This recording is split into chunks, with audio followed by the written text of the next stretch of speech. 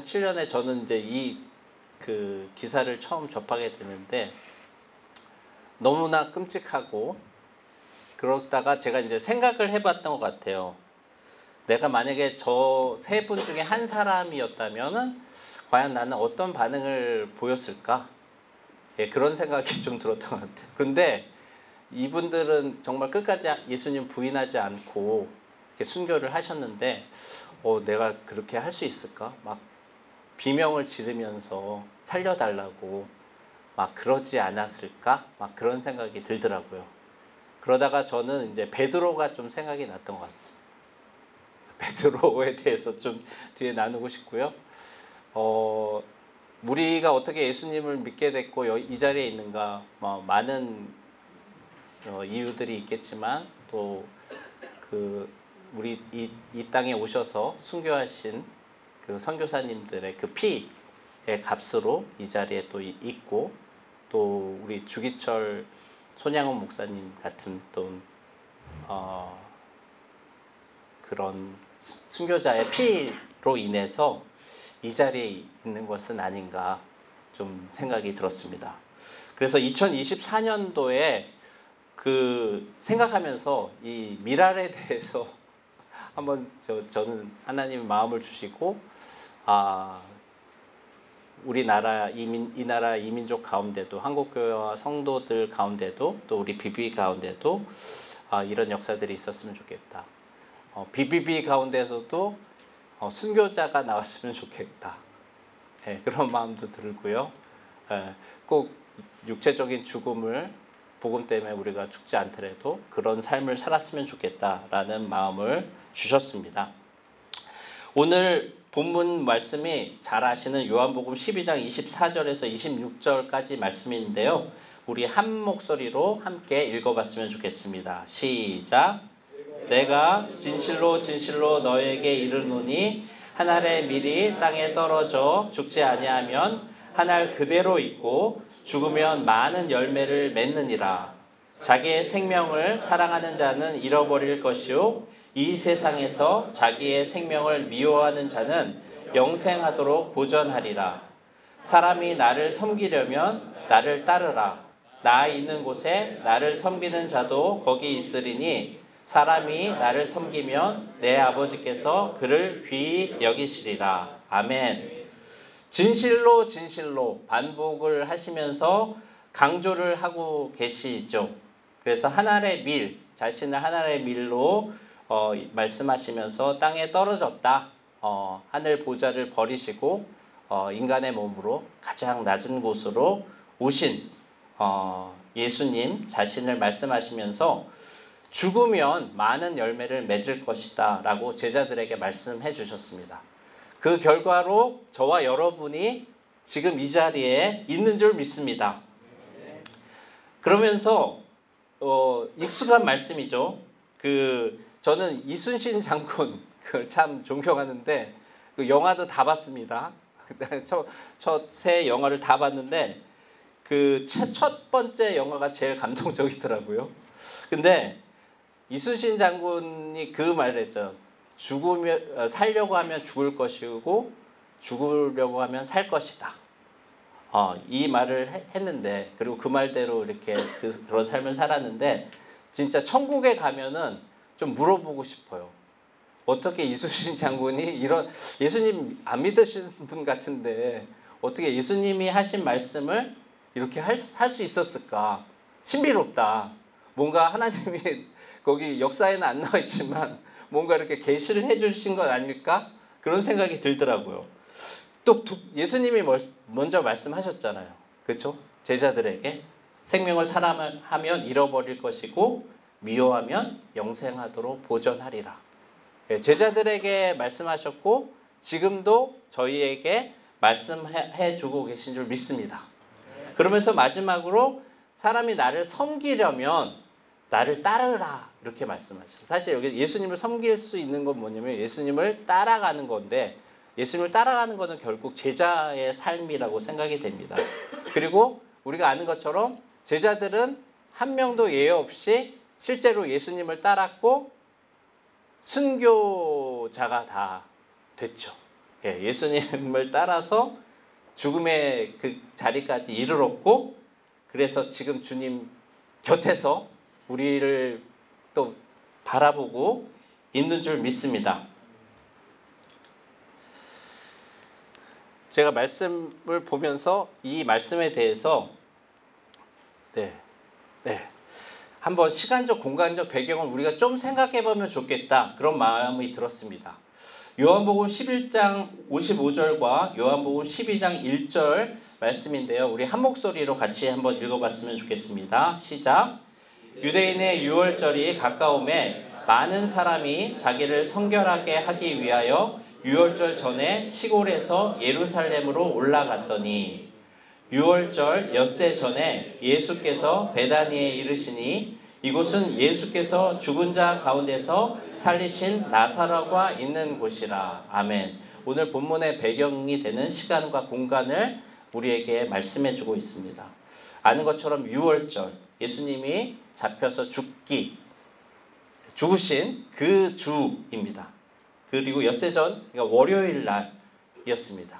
그리고 장소적으로 보면은 예수님이 베다니와 예루살렘을 이렇게 왔다 갔다 하시면서 이제 일어난 배경이더라고요. 12장 1절에 아시는 것처럼 베다니에 먼저 나오는데 그 죽은 나사로를 살리신 그 곳이죠. 그리고 그 여동생 마리아가 향유옥합을 깨트리는 그 사건이 이 말씀하시기 전에 있습니다. 그러니까 마리아는 예수님의 죽음을 예견하고 그 죽으심과 부활을 미리 준비했던 것 같습니다. 주님은 그 마음이 어떠셨을까?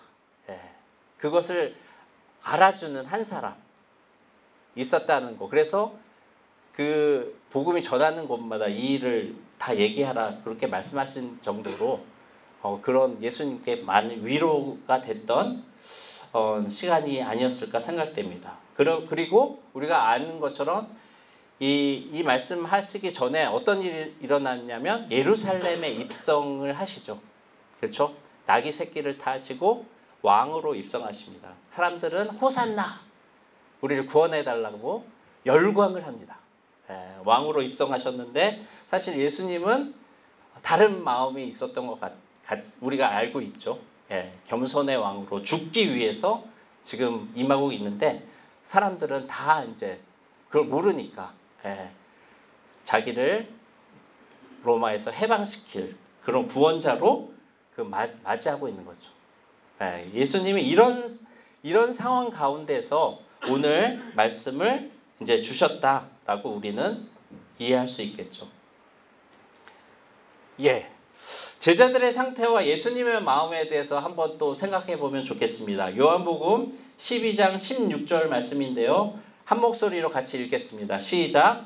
제자들은 처음에 이 일을 깨닫지 못하였다가 예수께서 영광을 얻으신 후에야 이것이 예수께 대하여 기록된 것임과 사람들이 예수께 이같이 한 것임이 생각났더라. 이때 제자들은 이 모든 일에 대해서 깨닫지 못하고 있다라고 성경은 우리에게 말씀하고 계시죠. 그러니까 이 영광에 대한 개념이 잘못되거나 잘못 이해되고 있었던 것 같아요. 이 세상에서 뭔가 위대한 일을 할 것이다. 고대하는 것을. 근데 예수님이 생각하셨던 그 영광은 다른 것이죠. 십자가의 길을 가셔서 십자가에 달려 죽으시는 것입니다. 그러니까 우리가 아는 것처럼 영광은 하나님의 본체 또 하나님의 성격이 드러나는 것을 말하는 거죠.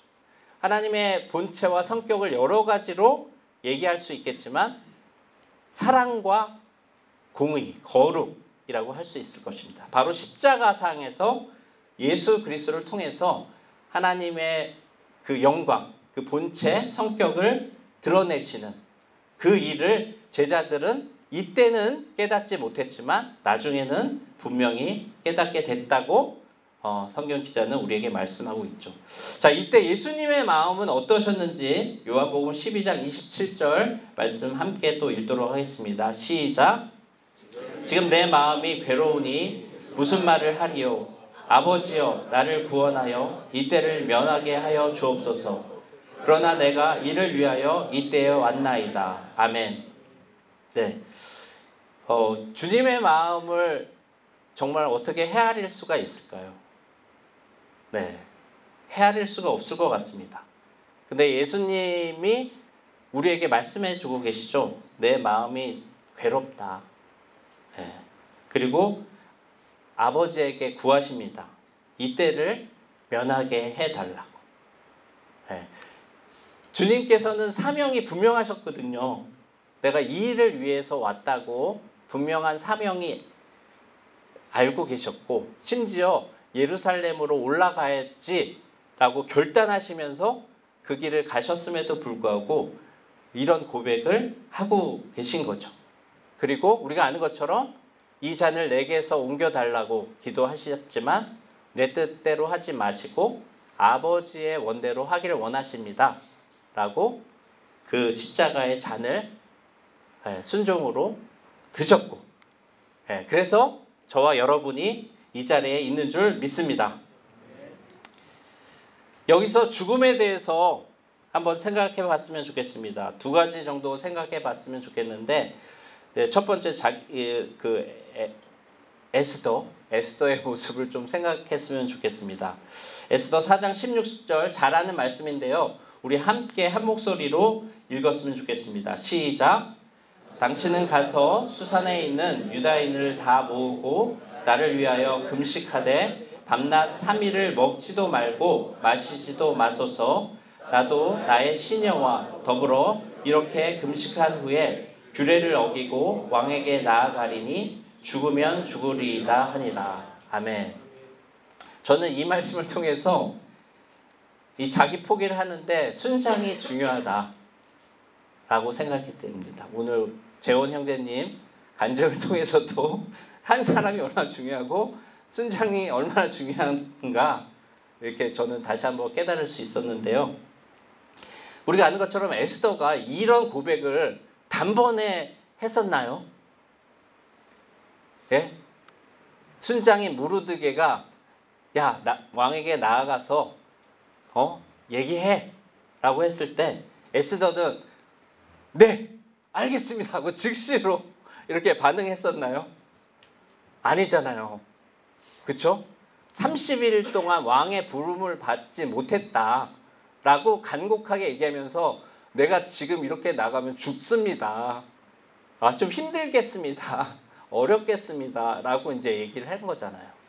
근데 모르드게의 저는 그 답변이 너무 매정하다. 매몰차다. 어떻게 이런 인간미가 없냐. 라고 처음엔 생각했던 것 같아요. 그래? 이렇게 하면서 너가 아니면 하나님은 다른 사람을 통해서 우리 민족을 구원하실 거고 너와 너 지금 멸망할 거야. 어떻게 이렇게 매몰차게 얘기를 할 수 있을까? 순장이. 근데 저는 이런 생각이 들었어요. 이게 진짜 사랑이다. 순원을 너무 사랑하기 때문에 그 사랑의 마음으로 진리를 말해줬다. 그리고 에스더는 정신이 땡 하면서 정신을 차린 거죠. 그리고 오늘 고백을 하게 된 겁니다. 저와 여러분이 이 자리에 있는 것도 그런 순장님들 덕분이라고 저는 생각합니다. 제가 몇 번 간증을 드렸던 것 같은데 저는 98년에 모임 와서 99년에 이제 NLTC 원 훈련을 받고 이제 이렇게 성장하고 있었는데 2002년이었던 것 같아요. 2002년에 이렇게 가만히 제가 보니까 이 길은 너무나 힘들어. 너무 가시밭길이고 너무 고생이 뻔해. 그래서 제가 이렇게 좌우를 한번 봐봤어요. 그러면 이 길만이 전부인가? 꼭 이렇게 살아야 되나? 그러면서 다른 모습이 좀 보이더라고요. 저렇게 살아도 될 수 있을 것 같은데? 라고 이제 제가 살짝 고민을 했던 것 같아요, 속으로. 그러면서 아무에게도 얘기하지 않았는데 모임을 떠나야 되겠다. 내가 여기 계속 못하겠다. 이런 마음을 살짝 하고 있었는데 그때 모임에서 2002년에 외연도 섬선교를 준비하고 있었습니다. 그래서 토요일마다 모여서 막 찬양, 기도, 말씀하고 막 이렇게 준비를 뜨겁게 하고 있었어요. 근데 그 섬선교 딱 일정이 있는데 그 하루는 순장님이 그러시는 거죠. 이 딱 섬선교 중간에 전국 은행 지점장 회의가 잡혔다. 그렇게만 얘기하고 이제 기도해달라 그러시더라고요. 그래서 저는 제 그때 상식으로는 준비까지만 열심히 해주시고 본인은 그 전국 지점장 회의에 참석하시겠지. 그러면 나는 모임을 떠나겠다. 제가 이렇게 속으로 혼자 생각했던 것 같아요. 순장님이 만약에 이제 거기에 선교를 같이 안 가면 나는 이제 모임 떠난다. 딱 이렇게 아무렇게 얘기하죠 했는데 그때 그 선교가 다가왔는데 순장님이 그러시다고요. 나는 함께 한다. 선교를 다 전체 함께 한다. 그렇게 들으면서 제가 이거 뭐지? 제 그 당시 상식으로는 이게 말이 안 되는 거죠. 어떻게 그 은행의 지점장 회의를 빠질 수가 있지? 이거는 상식이 벗어나는 거 아닌가? 그런데 저는 순장님의 그런 결정 때문에 사실 제가 이 자리에 있다고 생각합니다. 저는 그래서 그날 결심을 했어요. 저도 여기에 목숨을 걸겠다. 말뚝을 받겠다. 그래서 여기까지, 물론 하나님의 은혜와 많은 분이 기도해 주셔서 그렇지만 저는 그게 가장 결정적이었다고 저는 개인적으로 생각이 됩니다. 에스더 어떻게 이런 고백을 할 수 있었을까요? 순장님의 그런 격려와 권면의 한마디가 이것을 가능했다고 믿습니다. 두 번째는요, 다니엘 새 친구인데 다니엘 3장 18절 우리 함께 읽어보도록 하겠습니다. 시작. 그렇게 하지 아니하실지라도 왕이여 우리가 왕의 신들을 섬기지도 아니하고 왕이 세우신 금신상에게 절하지도 아니할 줄을 아옵소서. 아멘. 우리가 잘 아는 고백입니다. 네. 저 또 천국에 가서 제가 물어보고 싶은 거 두 번째. 이때 다니엘은 어디에 있었을까? 혹시 아시는 분 계시면 저한테 나중에 좀 미리 알려주십시오. 천국 가서 제가 물어보고 싶은 것 중에 하나인데 이때 다니엘은 어디 있었지? 이런 생각이 드는 거죠. 근데요, 이런 다니엘의 새 친구가 어떻게 이런 고백을 할 수 있었을까? 제가 생각해 봤을 때 이들은요, 기도의 동역자들이었습니다. 기도의 동역자들. 우리가 아는 것처럼 이전에 이제 다 그 지혜자들을 죽이려는 왕의 명령이 내리잖아요. 꿈의 해석을 하지 못하면. 그것을 이제 다니엘 듣고 이제 이 친구들에게 가죠. 지금 이런 상황이다. 함께 기도해 달라. 기도하고 하나님이 그 꿈과 해몽을 다 알려주셔서 이제 자신들뿐만 아니라 다 많은 사람을 살리게 되는데, 이 다니엘과 새 친구들은 그런 기도의 용사들이었죠. 함께 기도하는 사람들이었습니다. 그렇기 때문에 이런 담대한 고백을 할 수 있지 않았을까, 제가 생각이 들었습니다. 우리 여기 계신 저와 모든 순장님들 그런 기도의 동역자가 됐으면 좋겠습니다. 제가 이제 말씀드린 것처럼 이제 베드로에 대해서 얘기하려고 합니다. 이 제자의 길은 여러 가지로 설명할 수 있지만 자기 십자가를 지고 따르는 것이 바로 제자의 길이죠. 마가복음 8장 34절 35절 한 목소리로 읽도록 하겠습니다. 시작. 무리와 제자들을 불러 이르시되 누구든지 나를 따라오려거든 자기를 부인하고 자기 십자가를 지고 나를 따를 것이니라. 누구든지 자기 목숨을 구원하고자 하면 잃을 것이요 누구든지 나와 복음을 위하여 자기 목숨을 잃으면 구원하리라. 아멘. 물론 이 대상이 무리와 제자들로 돼 있고 다른 버전에서는 무리만 나와 있고 또 제자라고 돼 있죠. 그런데 저는 여기서 핵심이 저는 베드로라고 생각을 해봤습니다. 왜냐하면 이 말씀이 나온 배경이 베드로가 이제 촉발을 했기 때문이죠. 우리가 아는 것처럼 베드로는 사람들이 나를 누구냐 하느냐 했을 때 제자들의 대답을 들으시고 너희는 나를 누구냐 하느냐 했을 때 베드로가 주는 그리스도시요 살아계신 하나님의 아들이라는 신앙 고백을 하게 되죠. 그리고 교회를 세울 것을 약속하시고 음부의 권세가 이기지 못할 것이다 선언을 해주신 거죠. 그리고 이것을 알게 하신 것은 육신이 아니라 하나님께서 성령님께서 알게 해주신 거다 말씀하시고, 아마 베드로는 이제 많이 마음이 기분이 업됐을지 않았을까. 많이 올라갔을 것 같아요.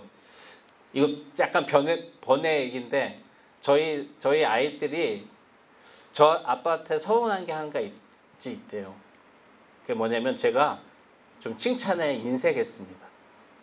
칭찬과 인정을 잘 안 해줘서 아이들이 서운한데 제가 그렇게 한 이유가 있었어요.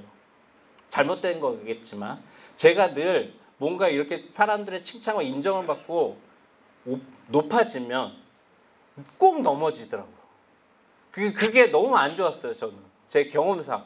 그래서 우리 아이들은 그러면 안 되겠다라고 잘못 생각해가지고 제가 칭찬과 인정을 너무 안 해줬더니 애들이 나중에 그 얘기를 하더라고요. 우리 적절하게 칭찬과 인정을 해주시면서 격려하면서 했으면 좋겠는데, 근데 중요한 것은 아마 베드로는 여기서 굉장히 높아졌던 것 같아요. 마음이.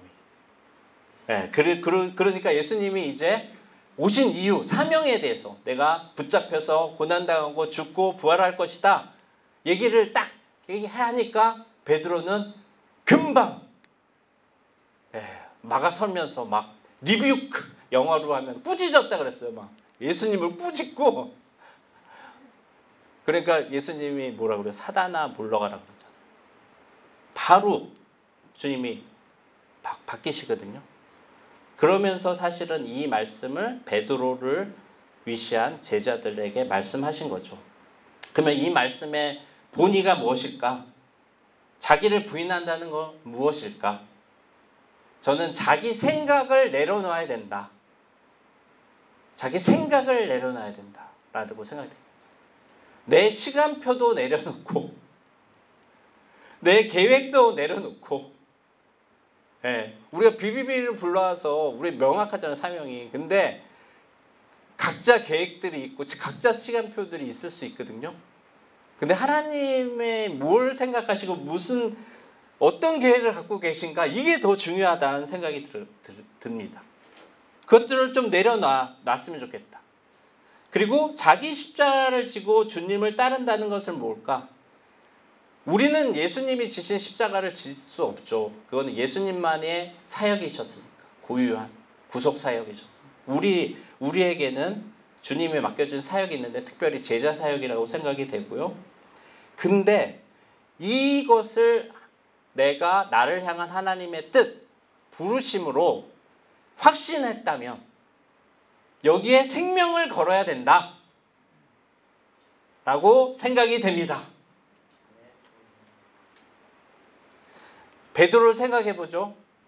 예수님은 이미 모든 것을 아셨잖아요. 그래서 겟셋마네 동산으로 데려가죠. 기도하시기 전에 기도해. 내가 죽게 됐거든. 깨어있어. 근데 계속 기도하고 와보면 자고 있죠. 그래서 예수님이 뭐라 그러시죠? 너 마음의 원인데 육신이 약하다. 마음에 원하는 건 뭡니까? 베드로는 정말 예수님을 위해서 자기 생명을 아끼지 않으려고 했거든요. 거짓말이 아니었거든요. 진심이었거든요.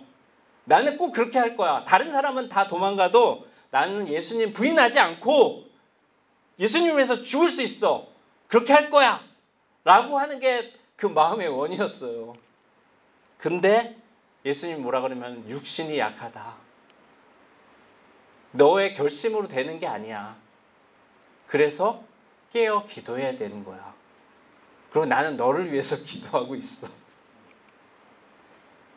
이것이 저는 사실은 2007년에 그 터키의 순교 영상을 보고 하나님이 주신 마음이었어요. 그렇군요, 주님. 제가 그렇게 하고 싶다고 결단하고 결심하고 한다고 해서 저는 그렇게 할 수 없는 사람인 것을 주님 압니다. 근데 정말 주님 원합니다. 제가 어떤 상황 가운데서도 주님 부인하지 않기 원해요, 주님. 그래서 도와주세요. 제가 그런 상황에 처한다면 주님 저에게 스데반처럼 힘과 능력을 주세요. 얼굴이 해와 같이 빛나고 하늘 문이 열리고 정말 예수님이 그 보좌 우편에 서 계시는 것을 볼 수 있는 그런 한 사람이 되게 해주세요. 그런 기도를 내가 계속 끝까지 해야겠구나 라고 그런 마음을 주셨습니다. 적용 질문인데요. 우리 BBB, 너무 사랑하는 BBB, 또 우리 각자에게 대해서 한번 생각해 봤으면 좋겠다는 생각이 듭니다. BBB, 또 내가 속한 지구, 지역 모임에 대한 하나님의 뜻은 무엇일까? BBB를 위한 하나님의 시간표는 지금 어디에 있는가? 어떤 시점에 있는지, 앞으로의 전망은 또 어떻게 하길 원하실까? 이따가 이제 다음 세대 TF2에서 발표를 좀 해주겠지만 5년, 10년을 우리가 왔을 때 만약에 우리 BBB는 존속 가능할까? 만약에 존속하지 않는 게 하나님의 뜻이면 그렇게 돼야죠. 그렇죠? 이 BBB를 만드신 분은 하나님이시니까 그 끝도 하나님이 결정하실 건데 만약에 5년, 10년 우리가 이대로 계속 갔을 때 괜찮을까? 만약에 그게 아니라면 우리는 지금 이 시간에 공동체적으로 무엇을 해야 될까? 그런 고민을 우리가 한번 같이 해봤으면 좋겠다는 생각이 들었습니다. 두 번째는요, 우리 개인적인 건데요. 저와 여러분은 하나님이 너무나 감사하게 주님의 위대한 사역에 불러주셨습니다. 일터 선교사, 평생 순장, 이 너무나 아름다운 이름을 저에게 주셨어요. 지금 나에게 하나님은 무엇을 요구하고 계실까? 혹시 내 안에 어떤 변화를 원하시는 건 아닐까? 어떤 관성대로, 습관대로, 해오던 대로 하고 있지는 않는가? 오늘 우리 재원 형제님 간증했는데 그 한 영혼에 대한 나의 마음은 지금 어떠한가? 제가 이제 모임과 교회에서 양육을 계속 하고 있고 작년 초에 회사에서 양육하던 친구가 주재원 발령이 나서 회사에서 양육자가 없어졌습니다. 그래서 기도를 했습니다. 하나님, 회사에서도 다시 양육자를 붙여주세요. 그래서 저를 대신한 한 사람을 남길 수 있게 해주세요. 기도했습니다. 1년을 기도했는데 하나님이 응답을 안 해주시는 거예요. 이거 하나님이 원하시는 건데 왜 안 들어주십니까? 전 공동체 기도 제금을 내고 같이 기도도 했는데 답답하고 그러더라고요. 근데 연말에 하나님이 2명의 양육자를 붙여주셨어요. 할렐루야. 하나님의 때 기도로 준비하게 하시니까.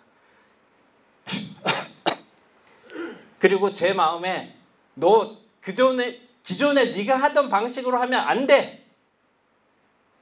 정말 그 한 번의 만남, 정말 그걸 기도로 준비하면서 성령의 능력으로 해야 된다.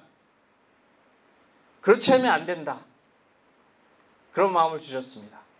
그래서 기도하면서 지금 1월부터 앤트맨을 하고 있는데요. 너무 감사한 것 같습니다. 저한테도 은혜가 되고 이 돕는 형제 정말 눈물로 기도하고 제가 너무 은혜를 받고 있습니다. 하나님이 원하시고 기뻐하시는 일에 우리를 불러주셨는데요. 안 된다. 해봤는데 안 된다. 지금은 힘들다. 이렇게 하지 말고 하나님의 시간표 안에서 이거 하나님이 원하시고 기뻐하신 뜻이기 때문에 눈물을 흘리며 씨를 뿌리고 하나님의 때에 기쁨으로 단을 거두는 저와 여러분이 되기를 다시 한번 부탁드립니다. 이 일에 우리까지 잘 오셨는데 혹시 회개할 것은 없을까? 다시 한번 깨끗한 그릇이 되기 위해서 우리가 날마다 회개하며 주님 앞에 섰으면 좋겠고요. 또 내가 이 일을 위해서 무엇을 간구해야 될까?